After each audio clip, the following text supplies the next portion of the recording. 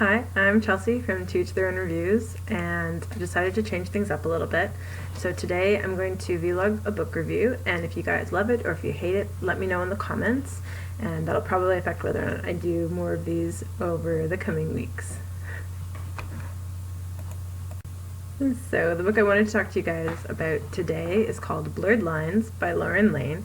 It was published on August 25th by Loveswept, and this is new adult contemporary romance.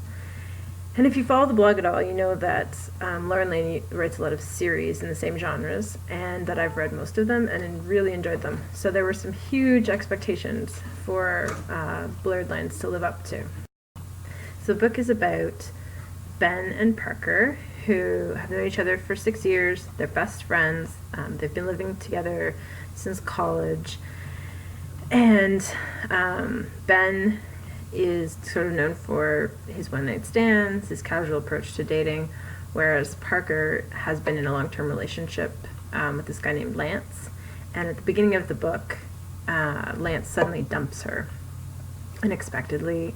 She's single, and she decides she wants to take things more casually, the way that Ben does. She wants to engage in some casual sex, so she asks him to sort of help usher her into that scene, that dating scene, and it goes about as well as you'd expect. The majority of the book deals with Ben and Parker trying to negotiate crossing that line from best friends to best friends with benefits. So I really love this book, and there are a couple of reasons why. One is that Ben and Parker feel like people you could have known in college who are finally taking their friendship to the next level. They have this relationship that feels so real, in that there are some really great things about it. Like, they figured out how to communicate really well, how to indicate when they don't want to talk about something.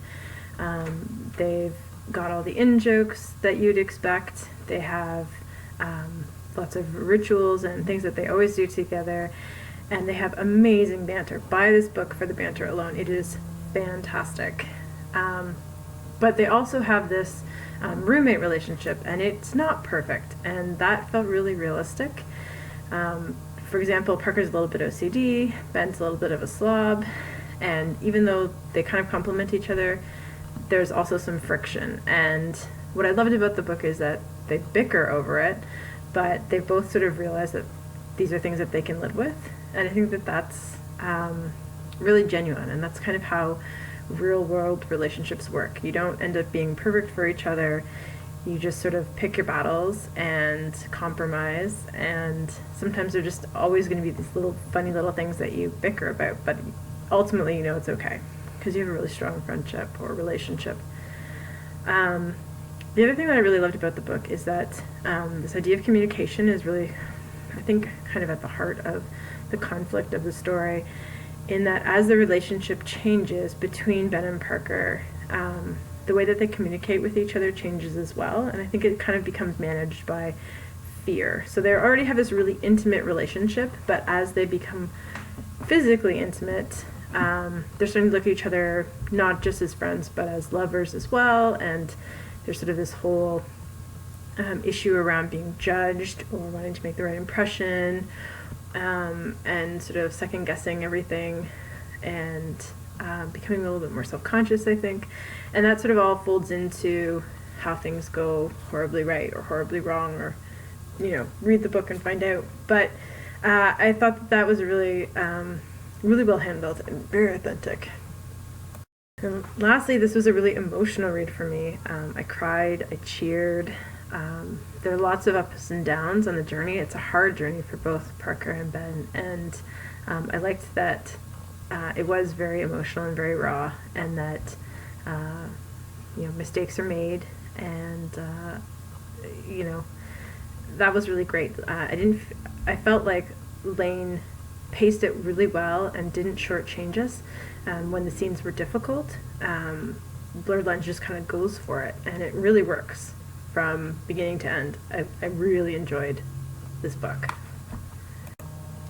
So just as a quick wrap up, I loved Blurred Lines. I thought it was a really emotional read. It was very authentic. There's amazing banter. The friendship relationship is just really well depicted. and I think that the book is really well paced and emotional, and the full impact of every scene is given. There's no writing around it or sort of glossing over things to make any of it a little bit easier. So I strongly recommend this one if you like contemporary romance, if you like new adult, if you've read Layne before and you liked her writing, pick this one up. Support her, buy the book. I hope you love it too. If you do or if you don't, let me know in the comments or on the blog. And if you like this review format, let me know too, because I'll try to do some more. Thanks, guys.